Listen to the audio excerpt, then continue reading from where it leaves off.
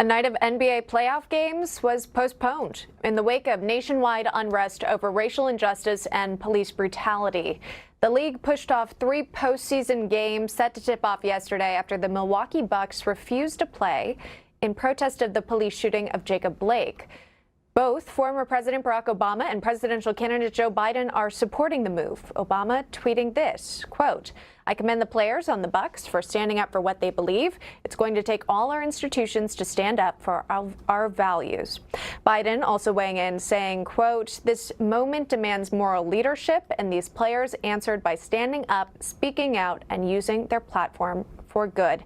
Now is not the time for silence." Joining us now to discuss, we welcome Bobby Eberle, a Republican strategist and host of the 13-Minute News Hour.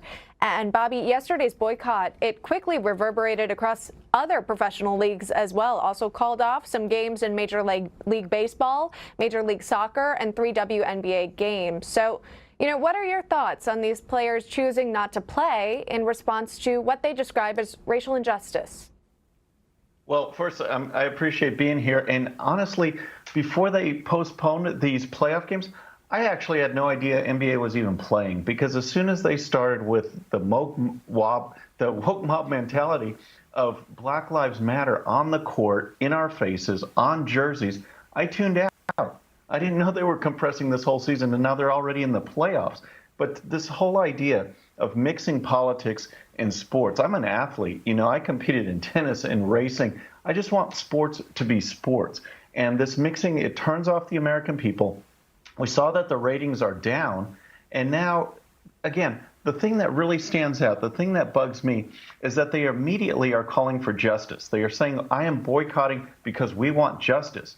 Well, if you want that in the next 5 minutes, it's not justice, it's revenge. That's what they're looking for, because this police officer has already been put on administrative leave. They have to look at it. You have to analyze the video, because this guy was not complying. He's already been tased. You got to wonder what's going on in the police officer's head when all of this is going down. Now we know that he told the police he had a knife. They found a knife.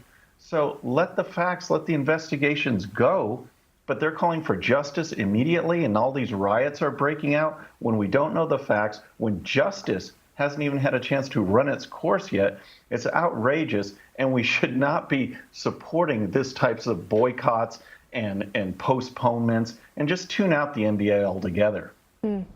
As you say, we're waiting for the investigation to release its official findings here. Keep learning more as the story develops. And we've seen, this isn't the first time that we've really seen players exercise their First Amendment rights to kneel.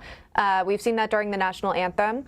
To speak out against injustice. We've heard from them as well. And of course, now we're seeing them boycott games. And as you were alluding to, it makes you wonder, what the fans really think about that. Because of course, you got to have fans who are buying tickets, who are supporting these businesses essentially. And you wonder how it's going to affect those ratings and revenue. Well, you've got the long-term and you've got the short-term effect. Right now, they're not thinking past the short-term. We're going to, postpone the season and postpone these games, put these names on our jerseys, label the courts, all of these things. But the long-term, people are tired of this. They are tired of all these riots and looting and vandalism that we see across the country. And again, they just want, of all things, sports has always been an escape. It's like you have your job, you have the day in, day out. We want to just go home and watch sports. We want to tune in. We want to go to games. As you said, go get rid of coronavirus. Once we're over that, go back to games. But this really just turns people away, because it shows that corporations, and as you said, sports are corporations, they're buying into this Black Lives movement, which is not even based on facts. It's run by Marxists. They want to destroy the nuclear family, which is crucial to the Black community. That's what Black Lives Matter is all about. It's not about racial justice. And again, they do these things like kneeling for the national anthem. Last night, Madison Cawthorn was actually criticized by a left-wing reporter for standing for the national anthem, as if it's an affront to Black Lives Matter. Like, the only thing you can do now to show respect is to kneel for the anthem. He stood up. He was criticized. American people don't want to see that. They want to see people standing for the national anthem, showing love of country, and debate the issues on the side, but not turn it into some woke mob that's going to ram through what they think is right and against the American people. Yeah, we were showing that incredible moment there when Madison Cawthorn stood for the national anthem. It was amazing. I mean, it was just incredibly powerful, and I think anyone tuning in would take away that moment as well. And I want to go back to the RNC. Some moments last night, we actually heard from athletes. We heard from Jack Brewer, and previously we had heard from Herschel Walker as well, and they were making the case for President Trump. Listen to these sound bites. When a leader tells you something, you got to be able to count on it. That's President Trump. He says what he means. He means what he says. It is now time for us to unite and put aside partisan barriers and give our president 4 more years. All right, so Lou Holtz and Burgess Owens. So, I mean, we've had plenty of people in sports come out throughout this RNC and actually speak for the president and applaud him for what he's done and show their support as well. What does it say that these men are coming forward and showing their support for President Trump? Well, I loved it. Yeah, your first clip, I couldn't see him, but I heard Lou Holtz, and I loved watching him last night.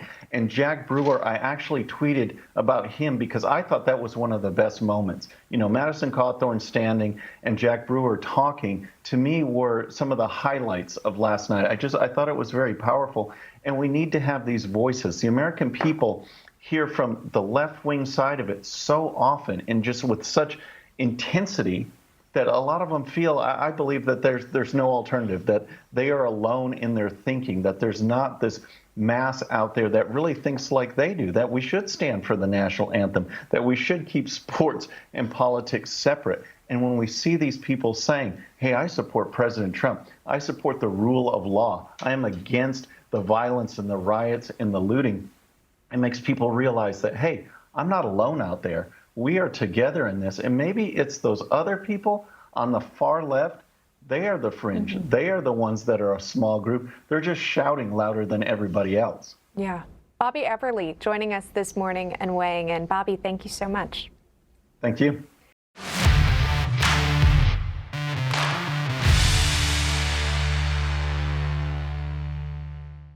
Okay, friends, thanks so much for watching. And before you go, please hit that subscribe button, hit that bell so you'll be notified. And here's a special video just for you so you can watch even more of the 13-minute news hour. And don't forget to check out GOPUSA.com for the best in conservative news and commentary. We'll see you next time.